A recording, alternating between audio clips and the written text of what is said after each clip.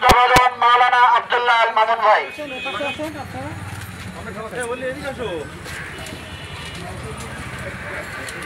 আসসালামু আলাইকুম ওয়া রাহমাতুল্লাহি ওয়া বারাকাতুহু।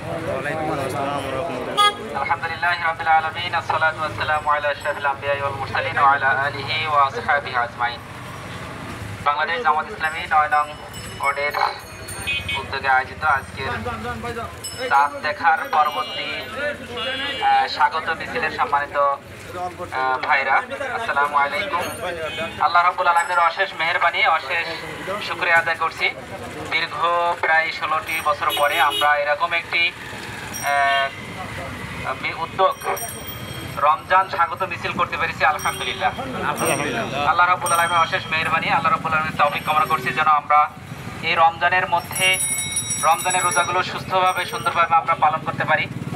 আমরা এই মিছিলের থেকে জানাতে চাই যে এই রমজানের মধ্যে যত অশ্লীল ব্যবহাপনা আছে এগুলো যেন সরকার কর্তৃক নিয়ন্ত্রণ থাকে, এবং যে দ্রব্যমূল্যের ঊর্ধ্বগতি, মানুষের নাভিশ্বাস উঠছে, এগুলো আমরা কর্তৃপক্ষের দৃষ্টি আকর্ষণ করছি, সরকারি দৃষ্টি আকর্ষণ করছি, এগুলো যেন মানুষের ক্রয় ক্ষমতার ভিতরে থাকে এই দৃষ্টি আকর্ষণ করছি।